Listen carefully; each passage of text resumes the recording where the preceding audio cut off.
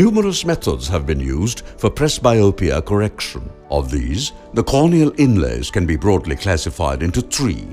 We describe a technique, the presbyopic allogenic refractive lenticule or the Pearl inlay, that uses a femtosecond laser-carved allogenic corneal inlay for the treatment of presbyopia. The inlay is derived from a small incision lenticule extraction or SMILE surgery performed for between -2 to -2.5 diopters myopia. The lenticule is cut and fashioned into shape and inserted into a pocket within the presbyopic cornea. The prolateness introduced by the inlay induces spherical aberration and provides increased depth of focus, thereby allowing improvement in near vision. The small size of the inlay allows peripheral rays to pass through the pupil, maintaining good, uncorrected distance vision. Careful pre-operative evaluation was done and informed consent was taken. Pearl inlay implantation was planned in the non-dominant eye, and a monovision trial was done to assess adaptability to a slightly decreased uncorrected distance vision in the operated eye. A SMILE lenticule between -2 to -2.5 ds was extracted, the anterior side marked, and stored in Optisol storage medium. Prior to use, the SMILE lenticule was spread out and dried with a surgical sponge. The anterior side was identified and the center was marked with a fine inked Sinskey hook. The trephine was centered on the inked mark to fashion a small presbyopic allogenic refractive lenticule. The light-constricted pupil of the patient was then marked.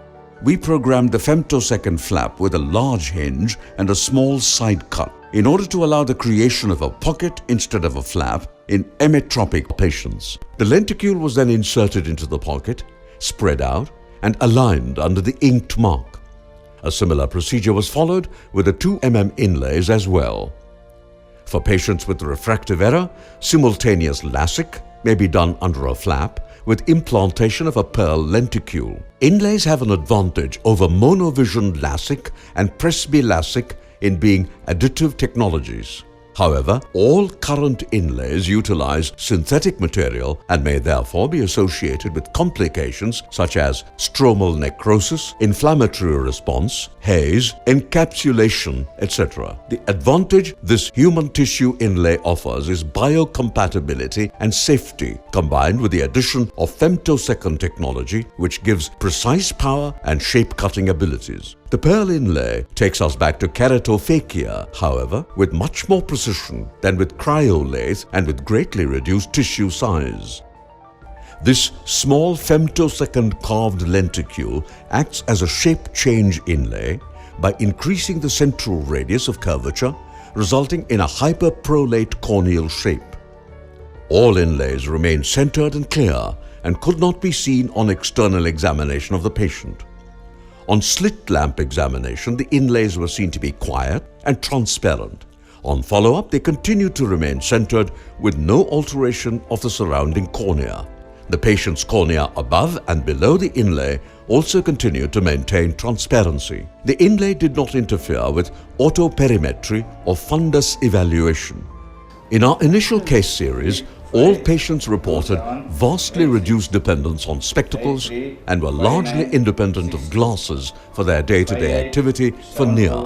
They were able to perform comfortably for intermediate viewing distance. There was improvement in binocular, uncorrected near and intermediate visual acuity with satisfactory binocular distance visual acuity and ability to perform all routine visual tasks without difficulty.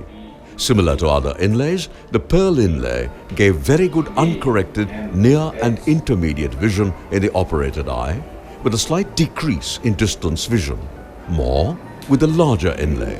An extended range of focus was seen for all patients.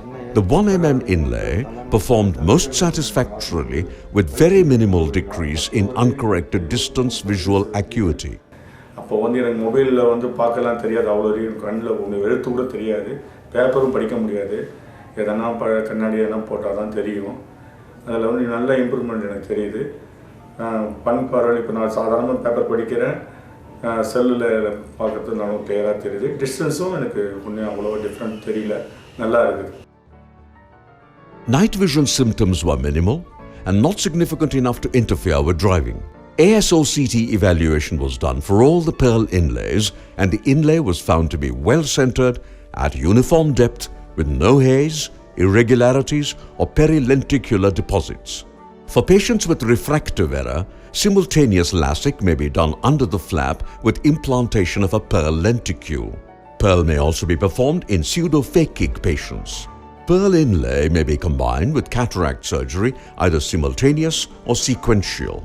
However, sequential surgery is preferred, as any residual post-cataract refractive error may be taken care of simultaneously by performing a LASIK under the flap. Previously, implantation of SMILE lenticule has been done for hypermetropia, aphakia and keratoconus with favorable results and safety profile. Though the risk of stromal rejection from donor tissue exists, this was not seen in any of our patients.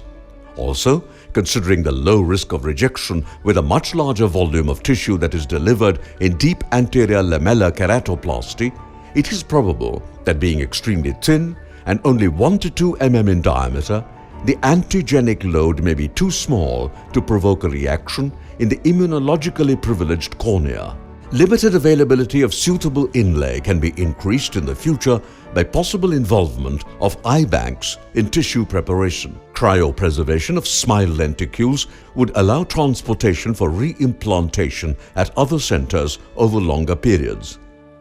To conclude, the use of an allogenic corneal inlay is a novel means of treating presbyopia.